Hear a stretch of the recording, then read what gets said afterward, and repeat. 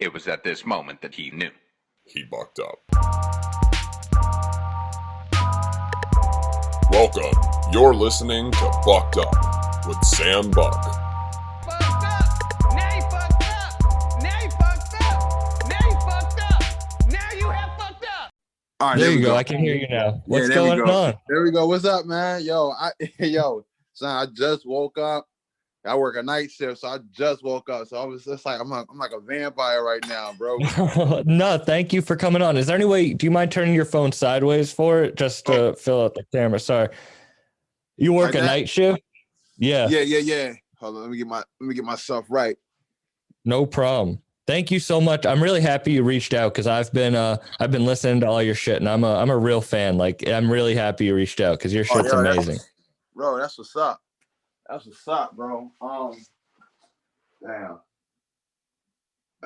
Don't mind me, guys. No problem. Don't get mind ready. me, bro. Oh no, I just smoked before this, so no problem at all. Don't mind me. But yeah, man, I work a night shift in Baltimore, Maryland. I stay in Towson, so that's like outside, like in the county, like outside of the city, whatever. So yeah, man. Yeah. And since this COVID shit, man, these like public transportation, it's so weird, man. Like it's like hit or miss, man. Like you get up on time to go to work, and you're looking at the transit app, and it's saying one thing, and the whole time it's a whole another thing. So it's just annoying, yo. And then parking. How far do you live outside from your work? How far do you have to get? It depends. Like if driving, like if I'm driving, probably like a good like 20 minutes. But if I'm taking the public transportation, it just depends on the driver. Like, you know what I'm saying? Like I can get 100%. Yeah, I can get there between 20 minutes, or even if that driver feels petty that day, shit, like 40 minutes. You know what I mean? Like, so yeah. I live like an hour outside of Boston, but I'm thinking of moving to New York just because that's where my producers live. That's just where I want to settle. But okay. I do stand up, and I need my car. Like I need to do it to do road gigs. So I'm trying to figure out a place to live like that's outside of the city that I can still have my car, because I cannot rely on public transportation. I need to be able to go. Like I can't be having my rides by anyone else. If I need to go, I need to go. So that's my problem for living in New York right now, is trying to find a place outside. Yeah, man. I can only imagine that shit being like super expensive too, man. Like, you know, it is crazy, but the prices are dropping. It's like, you know, everyone's leaving the city. So yeah, so the prices are dropping, especially I was looking at, so there's a town outside of New York called New Rochelle. Okay. And there was a 4-bedroom apartment. I was looking with my friends. It was like $700 a month. And that's a 30-minute drive into New York City. So I was like, if I can be spending $700 a month and be living 30 minutes into the city, like that's I need to move. You know, you get trapped in these places where like I got as much as I could out of this area, because I'm from a small town, so I need to move to somewhere bigger. Hey, I know exactly what you mean, man. And I don't know if we're like starting the interview, yo, but we just kind of start whenever. So we're starting now. Shout out, You'll Never Know, amazing rapper. Welcome to the Bucked Up Podcast. I'm really happy to have you on. Hey, man, what up, man? Thank you for having me, bro. Bucked Up, man. That's what's up, bro. Thank you for having me, man. Of course, but you were saying you're from Baltimore, and is there enough of a rap scene there that you feel like you can thrive? I feel like especially now with the internet and everything, you can kind of work, but is there enough of a scene there that you feel like you can continue growing? Yes and no, because when I first, like, mind you, my story is I grew up as a military brat, you know what I mean? And I was born in Baltimore, but I wasn't raised here. So my father, you know, moved me and my brother and my mom's out in Baltimore, you know, to military lifestyle. You feel me? So we was living in Kansas for a little bit. Then I spent majority of my teenage years. I graduated high school in California. So me moving back to Baltimore, I moved back like maybe think it's like maybe 20 years ago. You know what I'm saying? So the scene. Do you feel a connection to the city, even though you didn't like grow up there? Yeah, absolutely. Yo, I love the city. And it just so because I met so much talent. You know what I'm saying? Like that's one thing I can say about this. The city is weird, yo. Like they'll embrace you, like, but once cats start making moves, like people start acting like funny a little bit. I guess that's with any city where there's like a local scene. You know what I mean? We try to thrive on. But when I first moved into the Baltimore scene, like that's when venues was popping, like Sonar, Auto Bar, like all these like dope venues that curated and specialize in hip hop shows and shit. The people that I ran into was just so welcoming. You know what I'm saying? They it was just a scene that everybody wanted to. They was on the same grind. Like you meet MCs that help you sharpen up your sword battles or whatever. So the scene was dope back then, like really, really dope, man. And since this COVID shit started, venues closed down, so it's not really a scene like that. So everybody is pretty much just putting in the work, via internet, online, like that. That's all you really can do. So I'm hoping that is all you can do. That's kind of how I feel about stand-up. Is all the clubs in Boston are closing down. Damn. And all you can really do is online. And the thing is with stand-up, you can't really do like Zoom comedy. It doesn't really work. It's not the same way. You're not.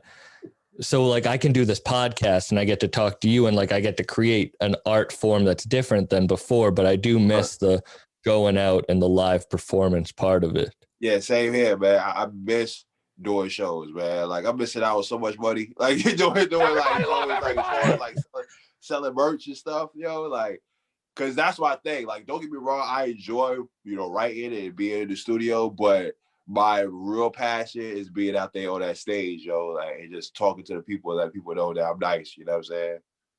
That's really good to hear, because I feel before COVID, I'd go to a concert a week. I love seeing live music.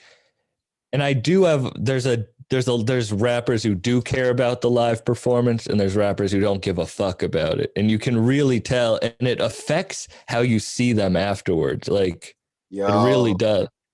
Yo, that's the truth. That's definitely the truth. Because first impressions is everything. And the reason why I feel like that is because, a lot of people, they never heard of me before. So when I do a show and I'm opening it up for somebody, that's just perfect. I love being the underdog. You know what I mean? People like looking at the bill like, oh, yo, who's this dude? You never know. And then when you kill it, cats come up to be like, yo, where can I find you at? So that's what I live off of. I love that, yo. I've found so many artists just because people don't usually, if the openers really get, like, I'll pay attention, and then it's like, damn, that's another artist I can listen to. I had Jay on, and Jay Royale, shout out Baltimore. That's the homie. And he was talking about that too. It seems like Baltimore's more of like a live performance city. Like you guys seem like you care more than other places about the live performance of it. Absolutely, man, because it's just like, I don't know if it's the I don't know if it's just the environment, but it's just that vibe, yo. Like I'm still like, I still can envision going to Sonar, and it was just a grimy like venue, like one way in, one way out. It definitely reminded me of the venue in 8 Mile, like when B Rabbit was battling. Like it definitely reminded me of that, just real grimy, brick, black painted walls, cold, like just real grimy. You know what I'm saying? So I miss that a lot. So hopefully, when there's all this COVID, it's gonna be madness. Like I just know once they start opening venues, oh my gosh. I went to a club 2 days ago. I went to my first. It was a club appearance by Lil Papa and Young Ka, and it was the first one up. It was up in Manchester, and it was.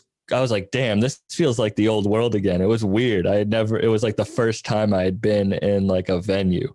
Wow. Now, when they did it, you said, so in Manchester, was they masked up? Like how people were masked.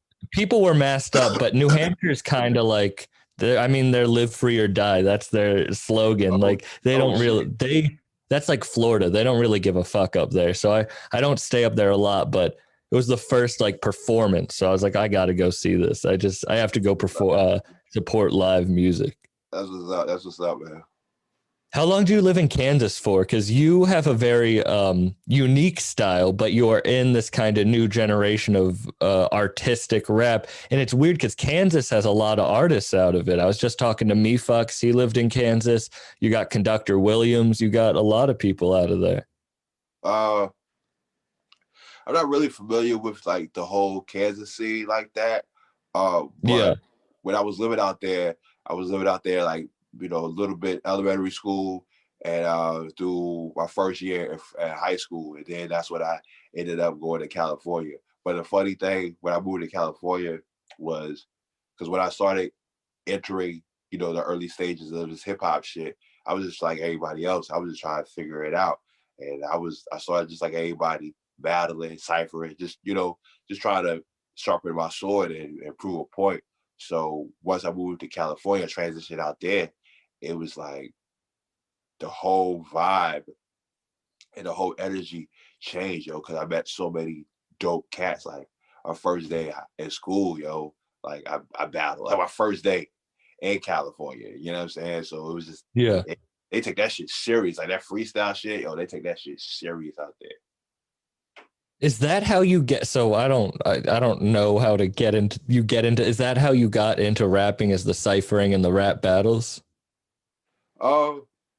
Yeah, pretty much. And I was listening to cats before. Like what really got me into hip hop, like my pop. I was listening to Big L heavy. You know what I'm saying? I was just intrigued by his story. You know what I'm saying? And when I was reading up on him and just seeing how nasty he was with his wording, I was intrigued by that. And you know, how I got into that was listening to him. And then eventually I kind of, you know, transitioned into battling and ciphering because it was the thing to do, especially in school, lunchtime, you know, it was the thing to do. Yeah, there is so many. You ever see Dave Chappelle's Block Party? Yes, sir. So that was my dad's favorite movie growing up. Like I saw that so many times. And he took me to see Wu-Tang Clan when I was 12. I talk about it a lot, but like rap was just kind of ingrained in me. And Dave Chappelle talks about it, like the similarities between comedy and rap. And of course like when you talk like the roast, like I remember the first time I knew I was like funny or whatever was like roasting. Like if I could go back and forth with someone, I know that I'm going to like out roast them. And that's when I was like, oh, like you're not telling jokes, but it is funny. That was kind of my come up here and that it's the same way. Cause whenever I think about that movie, I think about Dave Chappelle being like, you know, Jamie Foxx, very talented musician, very funny guy. Like there's or Mos Def or what, Yassine Bey, he did stand up, all these, the connections are there. And I think that's why I kind of found my love in it. Everybody says that rappers want to be comedians and comedians want to be rappers. Like I've always heard that, like coming up, you know what I'm saying? Because, you know, when you rapping, especially to a crowd, say, you know, shit happens on stage, you know, DJs and shit, technicalities happen, and you want to, you know, kind of loosen the crowd up. And I've been in situations like that, and I've made a joke here and there about, you know what I'm saying, or I make fun of my DJ real quick, you know what I mean? And so I feel that connection is there, you know what I'm saying, with comics and hip hop, yo. It's funny. I saw a couple of years ago when Gucci just got out, I'm not gonna snitch on who this was, but who was opening up for him did not like the DJ and did not like the audience, and halfway through his set walked off stage. And Gucci brought him back on stage and made, like, it was weird. It was like father shit. He made him apologize to the audience. I've never seen that before in my whole life. The fucking opener had to come back out stage and apologize to the whole audience. That's what's up. I mean, because yo, you got to get through that shit. You feel me? Like we all, and that's another similarity of rappers and comedians too, yo. We have our nights where we bomb. You know what I'm saying? We have our nights where like the crowd ain't really, it's a tough crowd, you know what I mean? But you got to power through that. If it's something that you enjoy doing and you love, yo, you just got to power through it. How old were you when you first performed live, like had your first concert? Oh, man. It was a talent show, actually. I think I was 15 or 16. Yeah, but at the teen center in California, they used to hold these talent shows, whatever. And shout out to my man Malcolm, my boy X-Man, that's the homie, my boy. But you know, we used to be like, yo, there was cats that thought they was nice, but they was like rhyming on like mainstream shit, you know, Chingy and all that dumb shit. So I did a show at I'll never forget where it was at. It was at a rec center. And people knew I rhymed, but cats didn't know I could rhyme like on beats, whatever, do actual songs, yo. And I forget what, I think it was a Neptune's beat I used. And I remember like jumping off the stage.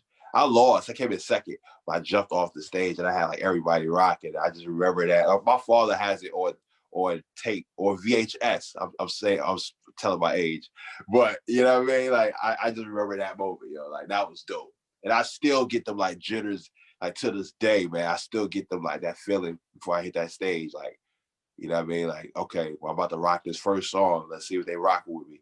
The first song is like always like, all right, this is going to determine if they go and rock with me for these 20 minutes or it's going to be a rough 20 minutes. How do you pick your first song? Man, I go by a feeling, you know what I'm saying? Like I always,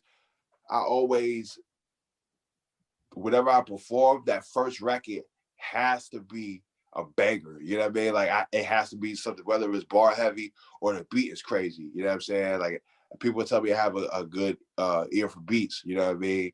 And I don't know, it's just a feeling. I feel like the first song it's like you gotta make a statement. You gotta let people know, especially if you're the opening act.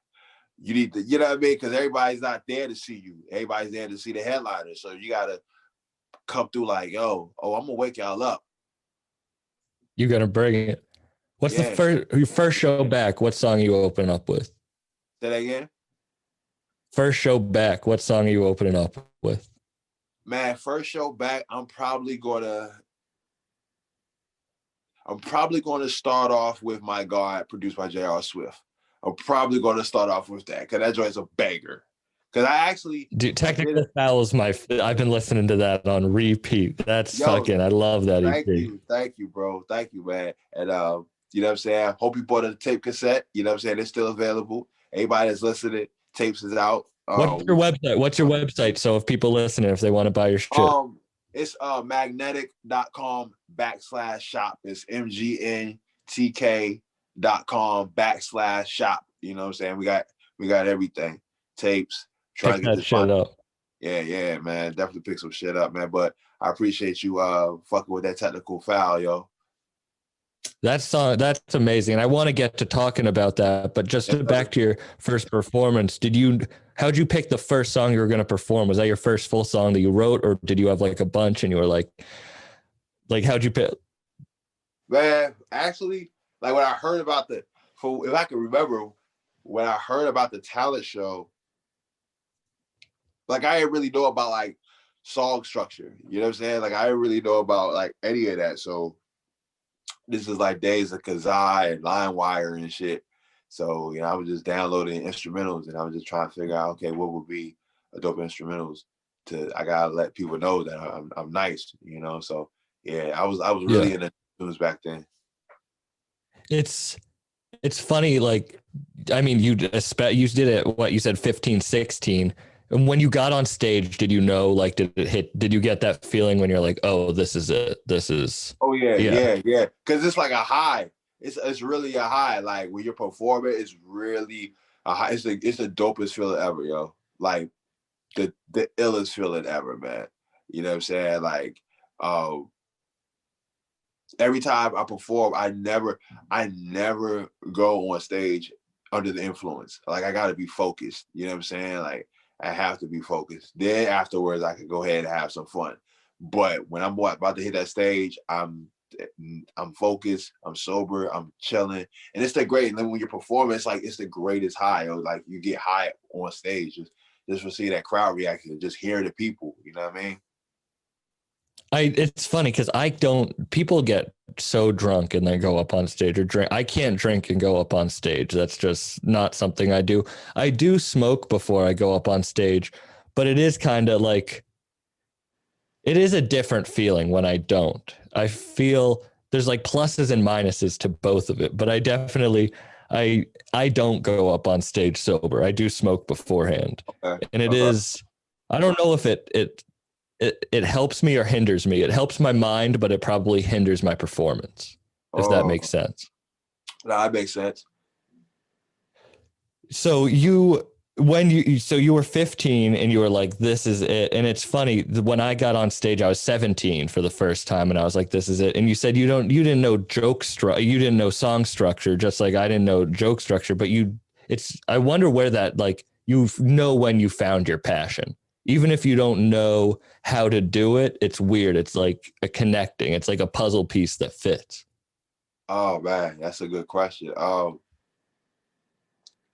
don't know.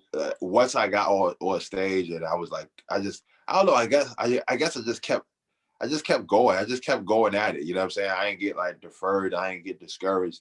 I just kept going. You know what I'm saying? It was something I enjoyed doing. It kept my sanity. You know what I'm saying? It was just something I enjoyed doing, and it was just like, how could you not quit? You know what I mean? Where there's like so much dope music out there to be inspired by. You feel me? Like, just to keep you going, just to be like, yo, I want to make something better than that. You know what I'm saying? So, you ever take any breaks off? Yeah, I actually do. It's not like yearly breaks, but it's like, you know, weeks and a month here and there. Mm-hmm. You know what I'm saying? Because you have to live. You know what I mean? Like you gotta live life, and that's how you get them ideas and concepts for records just from living life. You know what I mean? Like no jabs to those that constantly release music and dump all day. Nothing against them, but me personally, I feel like after I do a project, I like to take a break. Once a project is released, I like to take a break a little bit. You know what I'm saying? Like, I think that shows in your work, because each project has a different feel to it. It's not, no disrespect to people who put out a lot of music, but sometimes they kind of all blend together at some point. And what I really loved when I listened to your shit is, well, one, you work with different producers on different projects, which I love here in the one-on-one. But two, you have different sounds, different stories to tell, different concepts that I really appreciate. And also it builds up the want for your next project. Oh, thank you, man. Thank you. I appreciate that, man. And I did that on purpose, yo. Like, because I do eventually want to do a project with multiple producers, but I just feel like working with one producer for a project, you get a cohesive sound. You know what I'm saying? Like you just get a cohesive, nice sound. Well, that's what happened with Technical Foul with J.R. Swift's is, I mean, he's an amazing producer, and that project, it really came together in a great way. How'd you link up with him? Yo, shouts to JR, man. That's the homie. I've actually met him through the homie Manny, and I was checking his music out when he was like on SoundCloud heavy, and I was just hitting him up. I listen to his stuff. I give him props, like, yo, you know what I'm saying? Like, yo, we gotta work together. This is before the West Side Gun stuff. You know what I'm saying? I always was like, yo, let's cook up something. You feel me? And then once he started bubbling, I was like, man, like, yo, let's work on something. And he was like, yo, let's get it, man. And we did 6 records, and it was fun doing it, man. I wish we was in the lab to do it, because I feel like if we was in the studio together, it would have been better. But a lot of people like it, and I'm happy for that. It's a great project. So you do feel a difference, like we're having a great conversation now, but if we were in person face to face, the conversation would have it go to a different level. You know what I mean? It's over. Yeah. Is that how you feel like making a project? Like if you're in the studio with someone, it goes to another level because you can be one-on-one. Yeah, because you're like, it's because you're in personal space. You know what I'm saying? Like you're in each other's energy. You feel me? So y'all exchange Exactly. Yeah. and so it's definitely going to be a different feel, yo. So shout out to him. You know what I mean? Maybe when COVID is over, we can, you know, finally link up. You know what I'm saying? Is that been a problem? You have a new album coming out pretty soon, right? You got a Baby Jordan. Is that what's coming out? Yes, sir. This Wednesday coming out. Yes, sir. Can't wait to listen to it. But was that, what was the process of that one? Were you working with that in the producer? Who produced on that one? Man, He's around. He's a local around you, right? yeah, he's actually in the Air Force. He's out in Okinawa, Japan. Oh wow. Yeah, yo. So he's not around you at all. Nah. We did that joint straight, you know what I'm saying? Email and transfer and Dropbox. You know what I'm saying? So exactly. Yeah, yo, that's the homie, man. We dropped Sham Guard in 2018, I believe. And that was a dope project. And we were just like, he sent me more batch of beats. And I worked so much with so many different producers, you feel me? So I'm always working. And finally I got around to this joint, you know. I had beats laying around. I was like, yo, I'm always working. I'm like, yo, let me cook up something. And yeah, man, Baby Jordan. You do have a great ear for beats. How do you know when you found a producer that you will stick with? I know what I like. I'm a bull bap sample based head, you know what I'm saying? But it's like everybody could do it. But I look at like, okay, I could work with different. That's how I approach it. I can work with these different producers who have a similar style, a bull bap style, but it's their own aesthetic. You know what I'm saying? So that's how I do it. Like I keep my ear out. I pay attention to people, and there's certain producers I want to work with that I'm gonna have to pay some bread for, which I don't mind doing. But you know what I'm saying, just to get that sound, like you gotta pay that money. It's worth it. And also I feel like you don't have many features on your projects, which I appreciate because you do hold your own over a project, especially with your storytelling. You and your connection to your producer stands out. Thank you, man. I would like to do more features, but the only reason why is because half of the time is I work like really fast, you know what I'm saying? And I just had past experiences where I'm just waiting on verses, you know what I mean, for months, and reach a deadline, and I ain't got time to work like wait around on people, you know what I mean? So I just rather just, and then they what the money that they asking for, you still waiting. So it's like, I'd rather just, if you try to work, let's get it. But if not, I'd rather just do the project by myself. Don't push my time. Well, it sounds like you're a busy guy. Like you say, you work nights. Does that's something I was talking about. Do you feel, I've been talking about the past few weeks, do you feel like do you wish you could focus on rap more? Do you feel like this, like being busy is giving you like a kick into like, I really got to do this. I got to make it worth it. Man, yo, if I could be in a lab all day, I could. Like if I really could, yo, like, and people always say like, yo, you work so hard, but I feel like I'm not doing enough. You feel me? Like I feel like I could do more. And you know what I'm saying? I know there's 24 hours in a day. You know what I'm saying? And but by the grace of God, my job isn't that crazy where, I still can't take my focus off of making music. So I can still actually like write on the job if I wanted to. You feel me? So I'm always working. So you feel like you're not doing enough. Are you hard on your past work? Like, can you go back and listen to old projects, or once they're out, you're moving on?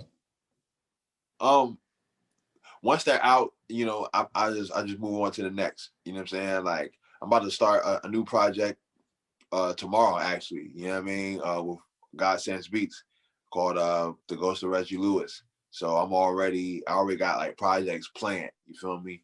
But sometimes I go back to my catalog and listen to, try and figure stuff out. And then it's dope going back because then you'll listen to it. You're like, damn, yo, I did that. Like, damn, yeah, what was I on? Like, damn, what the hell was I smoking that day when I did that?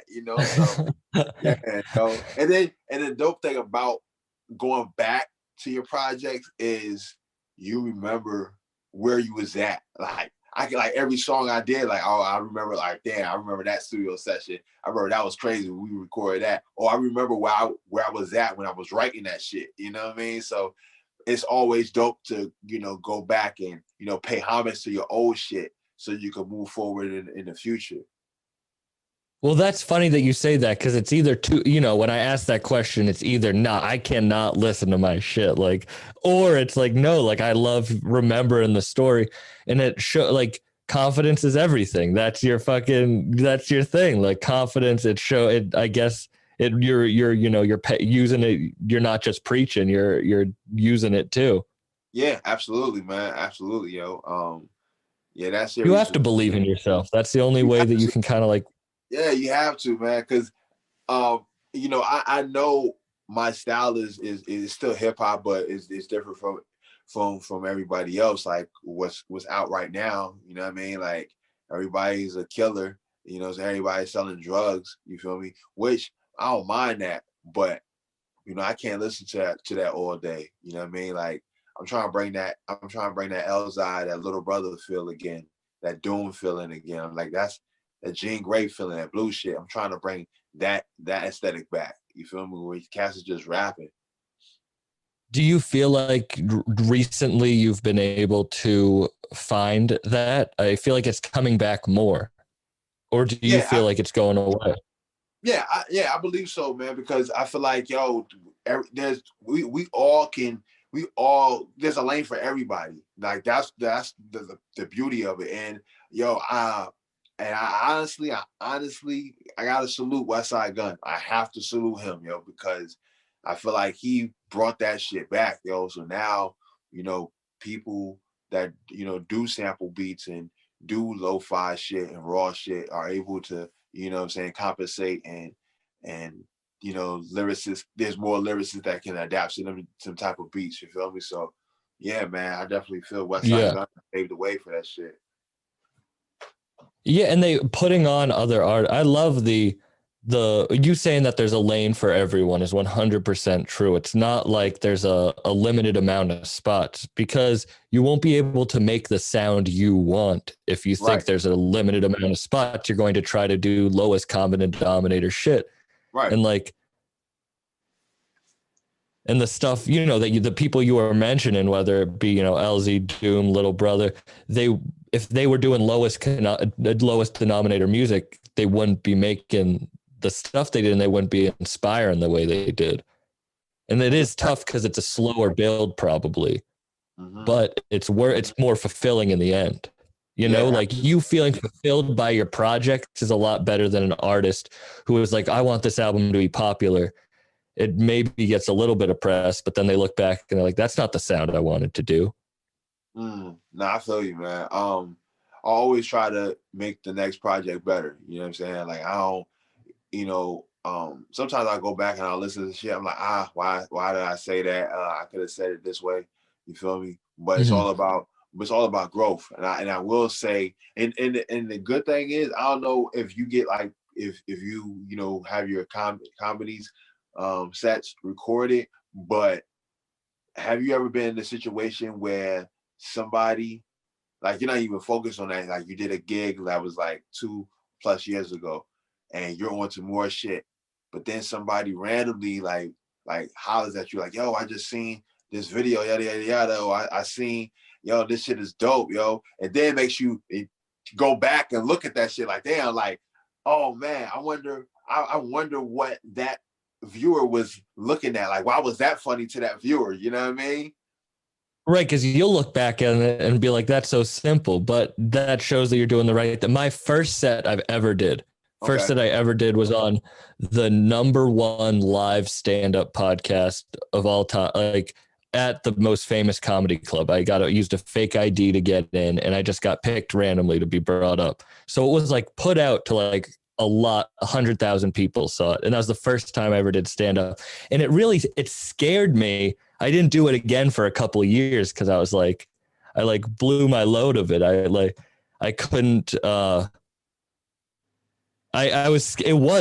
it's weird when people will tell me that they saw me on that. And then they're like, "Oh, that was dope." And it's like, that was the scariest moment of my life. Like I thought I ate shit and I couldn't do it for another 3 years after that.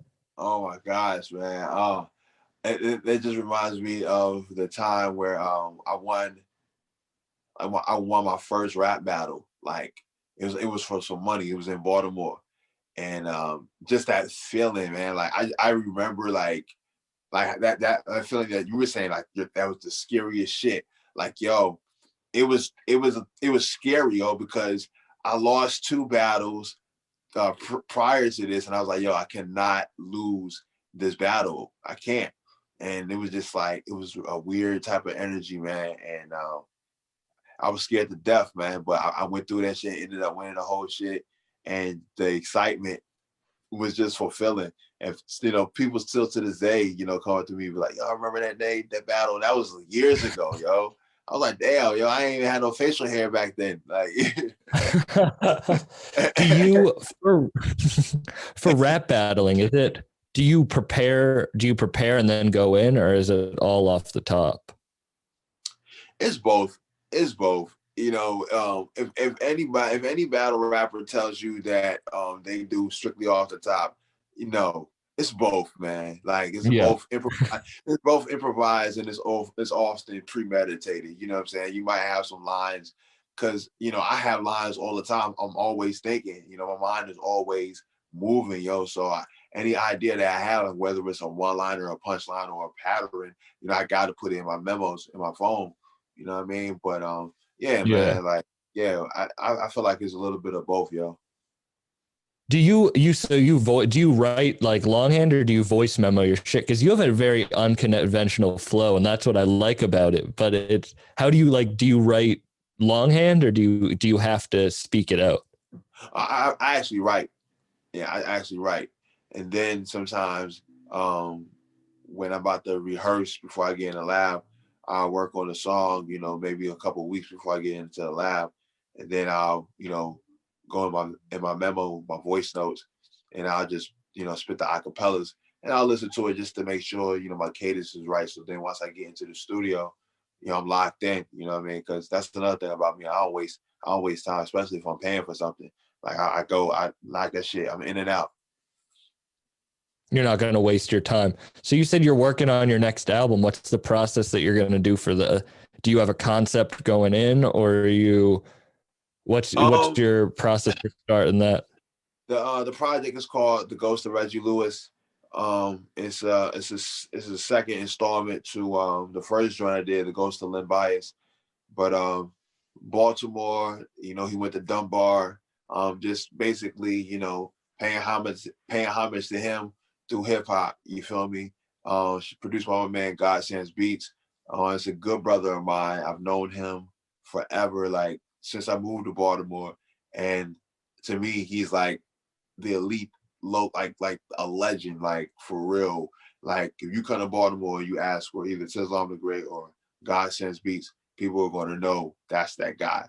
You feel me? So, I look at him as a big brother. He put me under his wing when I first moved to the city. He put me on the Stones when there was an actual street team for Stones Throw. He actually put me on the Stones Throw street team in Baltimore region. You feel me? So that was. Oh, really? Yeah. He's been a good brother. Always put me down with Jay Dilla, like Jay Dilla events, Be More Dilla. He always made sure I was good, yo. So it was only right. It was just timing, yo. It was just me trying to figure out me as an artist, figured out my own lane, and then he just randomly hit me up and he was just like, "Yo, let's do this, man. Stop playing." I was like, "All right, bet." So we locked in, man. So I'm I haven't even wrote anything yet. So I'm ready to lock in, yo. What project did you think you found your voice on? Or have you know, when were you like, all right, this is real deal? Dustin Grind. When Dustin, no, you know what? Damn. You know what? When Sham Guard came out. That, you know, I can't even say that. Everybody love everybody. All right. When Confidence is Everything came out on tape cassette, this shit sold out on undergroundhiphop.com. I was like, oh, okay. All right, bet. I'm on the side. Like, it didn't really hit me, but I was like, this is dope. This is dope. Let's keep working. But then once I got on Shade 405 on Rappers Out of Control, that's when I was like, okay, all right, here we go. This is where I'm at. This is what it is, man. How was that feeling? Like when you got put on Shade 405, did you know that was gonna happen? What was going on before that? Yo, I tell everybody, yo, consistency is key, man. Like if you're an artist, comedian, you know, a writer, whatever you're doing, consistency is key. And you have to be annoying. Like, I'm not ashamed to say you do. That. You got to be annoying. No, it's consistency plus time equals success. That's what it is. Like facts, man. So you have to be annoying. And shout out to DJ Eclipse. I always shout out, you know, people that actually put me on and, you know, put me on that platform to expand my fan base, my core base. You know what I'm saying? So shout out to him. And I just kept hitting him up, like, with music. He was just telling me, like, yo, keep sending me shit. Keep sending me shit. So I don't know. I already knew I had my foot in the door, but I think he was just waiting on that one record. And that's when CIE 3, when Confidence and Everything 3 came out. He was like, all right, bet. And put me on the show, man. And that was dope, man. That was a real, oh, man. Shout out to Mark Steele, yo. Mark Steele was dope from North Carolina. That was just an ill feeling, man, just being there. And I felt like getting on that platform, I had something to prove. Like I worked so hard to get on this platform. I'm showing out. I'm showing my ass, man. And you also believed in yourself. That goes back to the confidence. Like you put yourself out there because you knew that you had something. That's why, man, I really appreciate you reaching out because like your shit is great and you deserve a big platform. You deserve for people to hear your shit because your confidence confidence is everything. Like, and it shows and you have something to give. So it's not bad that you kept messaging him because look, it paid off. Thank you, and it is consistency. You know, people will be like, oh, what can I do to get my podcast bigger? Or probably ask you, like, how can I become and it's just work harder. That's all it is. It's consistency and hard work. You got to get to the 10,000 hours. Like whenever I'm feeling lazy, whenever I feel like I'm like, maybe not even lazy, but when I feel like I'm overwhelmed, I realize I got to do more. I got to put in more work. Cause it's, you know, if I'm not doing anything, I'm going backwards. I'm eating myself. I have to just keep pushing forward. I have to, you know, be confident in my work and know that if there is a payoff when you just keep pushing. Yep, absolutely. And you also gotta remember that, like, again, yo, there's a lane for everybody. Like there's a lane for everybody, yo. Like the more work you put out and the more people are going to eventually gravitate to it. Like, hold up, let me check this out. They're going to put their friends on it, or, you know what I'm saying, vice versa. And it just turns into a freaking ripple effect. You know what I mean? So that's what I learned too, like not to be this. I mean, of course, like sometimes you get discouraged, but in the long run, you might it'll come out of nowhere. Like you'll get that random like comment from somebody you never even met before. Like, oh, y'all, fuck with your shit. I got this. And I'm like, oh shit, I guess I'm doing something right. Let me just keep going. Yeah. Do you ever get in those states like where you're like, damn, are you so far along on your path where it's like there's no stopping? Man, There's no stopping. I'm already invested so much. Like, yo, if I stop, and don't get me wrong, I've stopped. I've thought about stopping because of the BS, like the red tape that comes with it. You know what I'm saying? Just, dealing with, vinyl record labels and, that stuff, that part, you get discouraged, but like actually stop rhyming, like actually getting busy. Like, nah, I can never see myself, stopping that. Like, honestly, like I want to get into more, like I want to start producing. Like I want to learn on that. You know what I mean? Like, you put so much time in something, you want to like figure something out that shares that same mood of what you was doing in the first place. Yeah. So the business, it is, the more you learn, you said the vinyl game and the business side of it is what that takes away from the passion. That's why I'm very lucky. Shout out my producers, Ani and Irish. I give them all the shout outs in the world. I wouldn't be able to have, because they handle the things that I can just focus on giving the passion into the conversation. Like I can, if I was worrying about editing my last episode and doing I wouldn't be able to go and like study your music and try to like really figure out what I want to talk to you about, because the business side does get in the way of the passion. And it's tough to find a balance. Yeah, absolutely, man. So you said you made it when the cassette sold out and the vinyl. Is the business side not what you expected going into it? I was still learning, and I'm still learning now. You feel me? Like, because I look at like it's about ownership.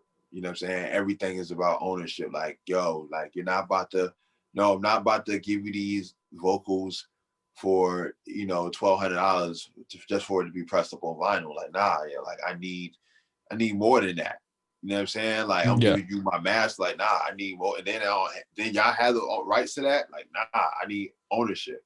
So it sounds like a double-edged sword with these vinyls, because one, it allows the artist to make money off of their music, but also it's a middleman. You can't it's another business that you have to go into. I just feel like, yo, stack your bread up and press them up yourself. I mean, it's pricey, but I'd rather do that than go through, I mean, hey, if there's a label that's, talking about that bag and they got a nice bag, okay, we could talk. So any labels listening, yo, like, you know what I'm saying? Like I'm trying to get something on vinyl. So if you're trying to work, yo, hey, let's talk about that a nice little bag. We can get something happening. So you were saying that you've been on J.R. Swift's. He was on your radar for a while, and you guys were working together. And then he did kind of get that bump when Westside said he was going to work with him. Is that weird when you're like, I have a prod, like you put out project, or is that good? Does that give you a bump? Yo, that dude deserves everything right now. Like he deserved like the illest like praise right now, yo. And I'm just glad that I was able to work with him. You know what I'm saying? Like I'm just glad I was able to work with him, and people can look at his catalog and be like, oh shit, like he got a joint where you'll never know. Like, all right, let me check that out. So that's man. Producers are getting more shine now than they ever did. It's good because and you absolutely. Said you were trying to get into it. Did you ever do it before? Did you ever try to produce? I tried to, man. That was like when I was in high school. That shit was some trash. Like I couldn't understand like the buttons, like the MPC buttons. Like I couldn't like understand that shit. But now, like growing up, and I don't play video games like that. So I feel like, I feel like, let me get into that. That might be my video game, yo. So I'm already into vinyl. I collect vinyl too. So it's like, as I'm getting older, I want to try something different, try something else. What are you trying to, so with these vinyls, what are you leaning towards more? Are you like more the jazz, more soul? What style are you listening to for non-rap? I listen to a lot of soul, a lot of jazz, A lot of funk. I've been listening to a lot of Cameo lately. Damn, what's that one group? Man, Slave. Oh, so they're good. Yeah. The Police. Like I just been listening to a lot. I actually like my pop is like he's a bass player. Like my pop, like that's what he does. Like he's retired and he lives off of playing gigs up and down DMV. You know what I mean? So that's what my dad does as a drummer. My dad's a drummer and lives by playing gigs and stuff. That's dope. That's so ill to me, man. But yeah, he put me down with all that, yo. So but once I start like getting like focused into like delving into like vinyl and producing and sampling, like I know it's gonna be crazy. Cause I see my friends do it and just how excited how they get, you know, when they get a sample or a breakbeat, yo. Like I just want to capture that feeling. Having a dad who's a musician, did that help you be able to like follow your passion? Because I feel like it did for me. Like he wasn't able, like his parents weren't as supportive of him doing music. So like when I was like, oh, I want to do comedy, there was a level of support that I don't think certain people get if their parents don't understand. Yeah. You know, my pop is super, super supportive, yo. And he always like, you know, make sure I'm working. He checks with me, whatever. But you know, in the beginning, he tried to put a bass in my hand. And I was like, nah, this ain't working, yo. Let me stick to these rhymes real quick. You know what I mean? But yeah, yo, my pop. If it wasn't for him, man, like I'm glad that he, you know, I wake up and he would like blast that shit early. Like I remember like waking up at 5 a.m. He's blasting fucking Cameo. He's blasting Police, Roxanne at like 5 a.m. He's playing this bass. I'm like, yo, this nigga is crazy. Like, what is wrong with this dude? But then you realize the love for music. It's the same thing. Yeah. My dad's a drummer, so it'd be like 2 a.m. He'd be down in the basement playing the drums. It's like, what the fuck are you doing right now? Like, I got school in the morning. Right. Who do you want to work with? Who are you looking to work with in the future? Whether it be for producers, or you said you were trying to get more features, or who are you listening to right now? I definitely want to shout out Logic Marsalis. We got to do some more work. We did Dustin Grime. We got another project coming out that I'm planning on working on this year too. So I'm trying to double up on the work.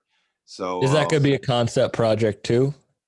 Yeah. It's gonna be a concept project. We're still trying to figure things out, but yeah, it's definitely gonna be a concept record, yo.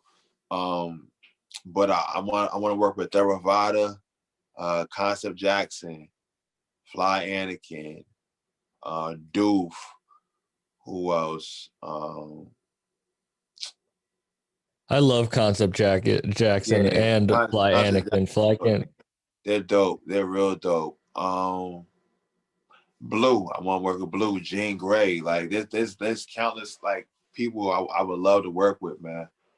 Shout out, I as you do, I want to shout out people who helped me. Freshman Woes is a great producer, and he has a bunch of songs with Blue, and just says how great he is and how nice of a guy he is, and great to work with. And Blue's an amazing rapper, but also shout out Freshman Woes, great producer. Oh, all right, shouts to him. I really appreciate you coming on, and I'm really looking forward to your project, baby. When you said it's coming out on Wednesday? Yes, sir, baby Jordan. All right, I'm gonna make sure to blast that, and I'm also gonna make sure to blast all your music. This will probably be released in a week, but really, I'm a big fan. I'm really happy you reached out because this was a great time chatting, and I'm looking forward to all the music you have coming in the future.